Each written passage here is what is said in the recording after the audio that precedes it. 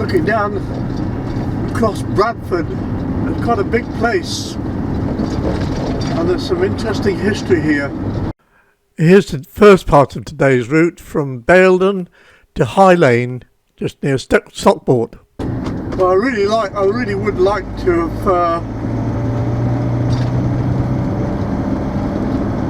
stopped and lingered longer in various places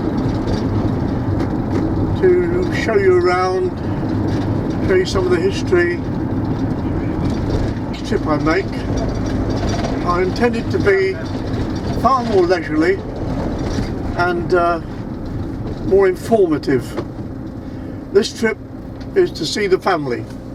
Well, we don't go into Bradford. The centre of the city is over that way,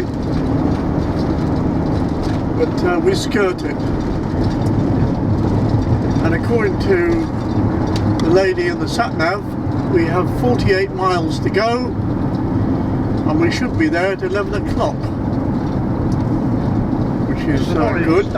Roundabout there, I don't know whether he's broken down, but he's causing a jam. He hadn't broken down. There's a little car, and I think he squashed the car against the pavement. You'll see it when those vans get out the way. See the little car? Oh dear, dear. Whoops. Oh, we'll soon be on the M62, and because I'll be travelling quite fast, a lot of road noise, I'll tell you something now, and I'll show you. Many years ago, and I remember watching it on television, when they were building the M62, there was a farm, and the farmer refused to move, and he defended himself against the big bulldozers and all the other earth movers with his standing outside his farmhouse with a shotgun. I remember that. It's on the telly. And in the end they gave in and they split the motorway and went round one lane one side of his house and the other lane the other side of his house. And so his farm now is in the central reservation of the motorway, and they did build a tunnel on one side so that they could get out, but the last time I came past a couple of years ago he was still living there, or somebody was, but my God, it must be so noisy. Anyway, when I get there I'll put the camera back on.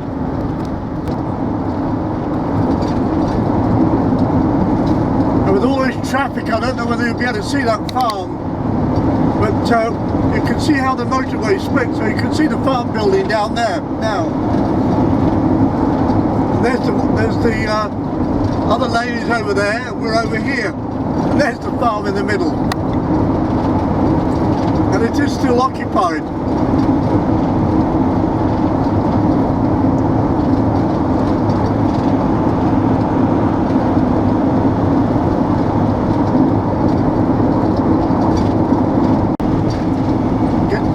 Bleak up here on the top of the moors.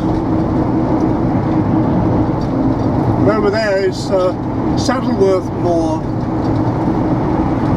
For those who know the story, very sad.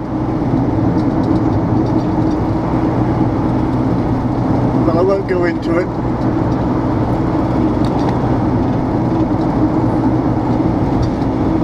You have to look it up if you want to know. There's the summit, 1,221 feet above sea level. Now we drop down from Yorkshire into Lancashire.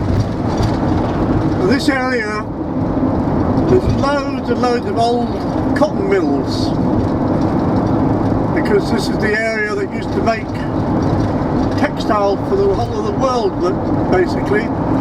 And we're just coming up, I don't know whether we'll see it, but there's an old mill here, with still got the steam engine, and they run it up every now and again. That's the one there.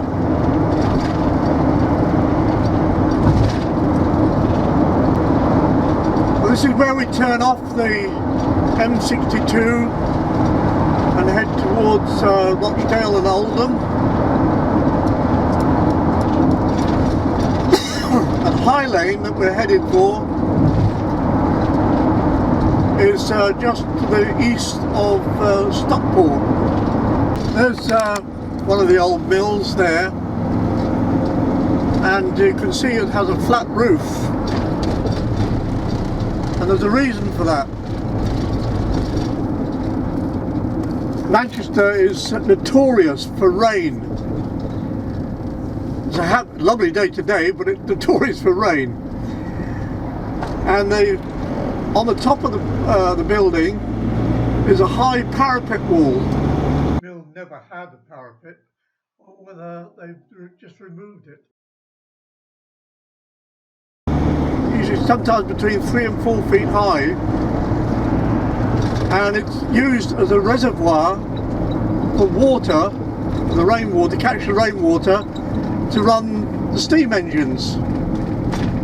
Well, these roofs were lined with a soft asphalt, but when the cotton industry died, the buildings were converted into small industrial units, and the architects who dealt with the changeover use looked at all the water on the roof and thought, oh, we don't want that there. So they cut holes in the side of the parapets and put downpipes in to drain the water, and that left the asphalt exposed to the sun. And the industries inside the buildings very often created humidity and high temperatures. The result was that the asphalt bubbled dramatically, and I've seen bubbles up on these roofs 2-3 feet high and enormous.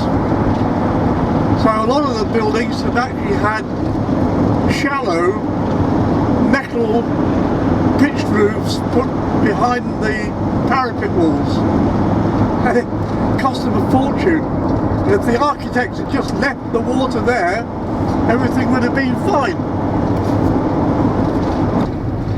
Well, I'm just entering High Lane, and I've got to be careful when I get to my brother Gerald's house, because his wife Jan has not been well for a long time, and Gerald has not long had a pacemaker fitted, so I've got to be very careful. Don't go inside,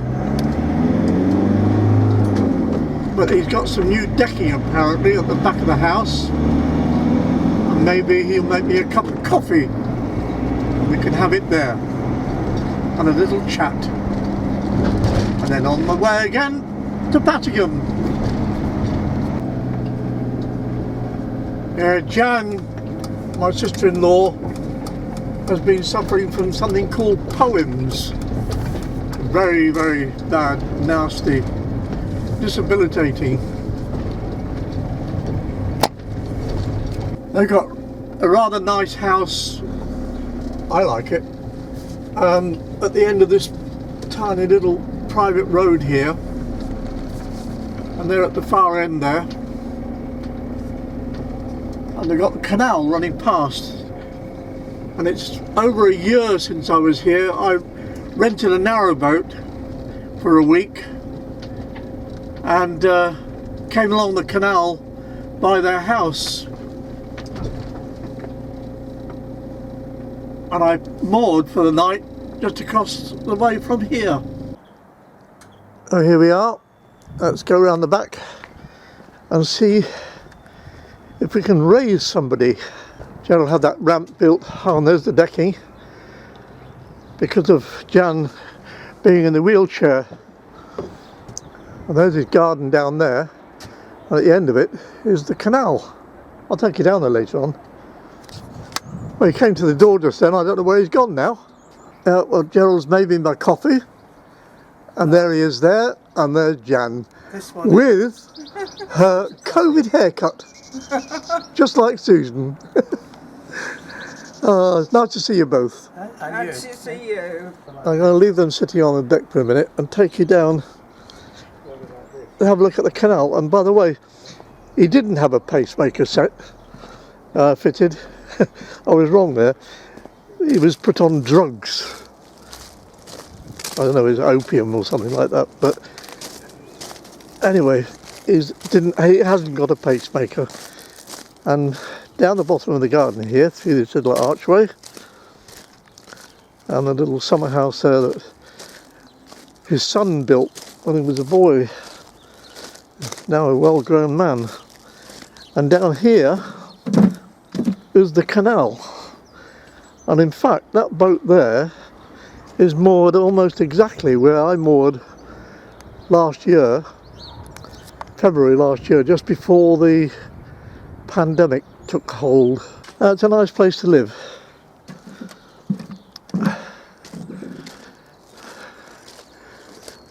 And they bought the house brand new. It was, in fact, they hadn't even finished building it when they did the deal. But there it is. Well, that was a very nice little visit, and I've now set the sat-nav for Pattingham, where my friends live, and we're off down there. And according to the sat-nav, we should be there. This is the second part of the route for the day, from High Lane near Stockport to Pattingham in Staffordshire. By about 2:30.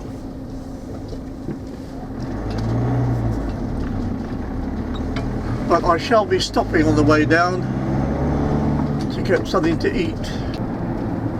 Yeah, 82 miles, and a lot of it is motorway, unfortunately.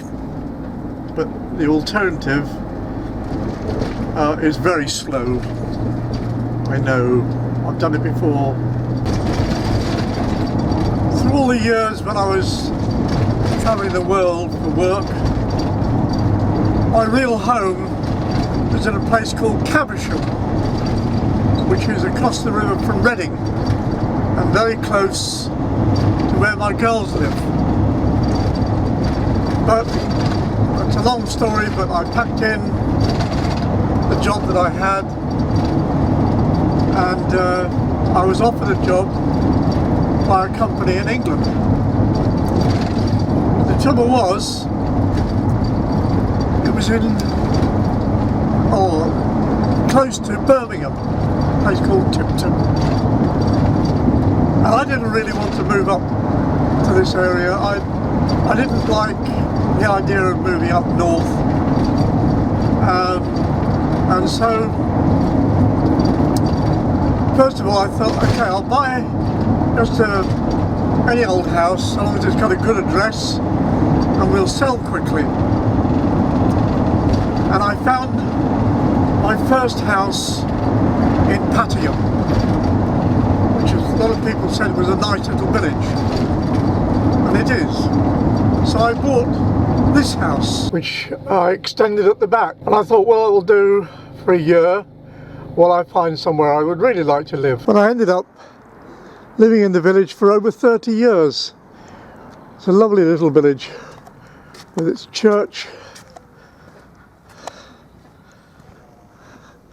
and down the high street there,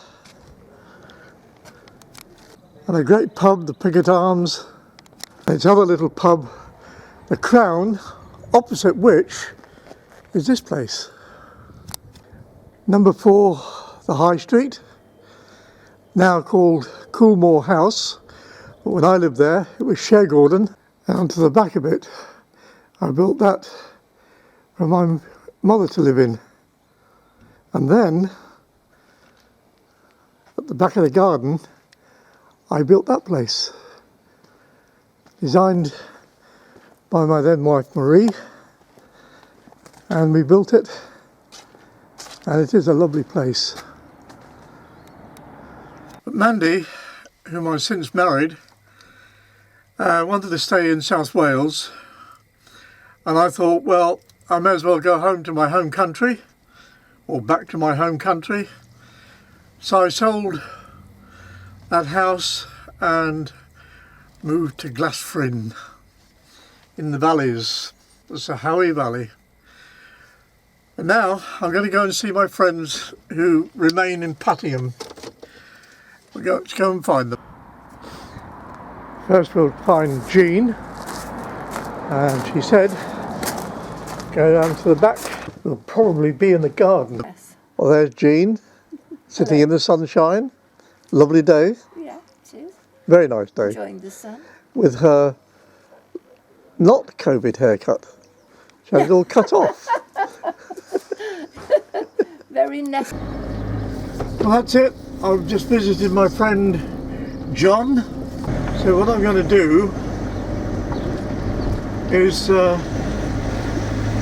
you go past my house that I showed you earlier on,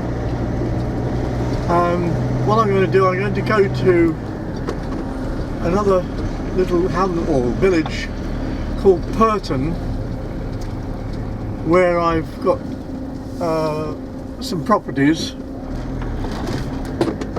because there's an issue with one of them and I want to go and see what's going on,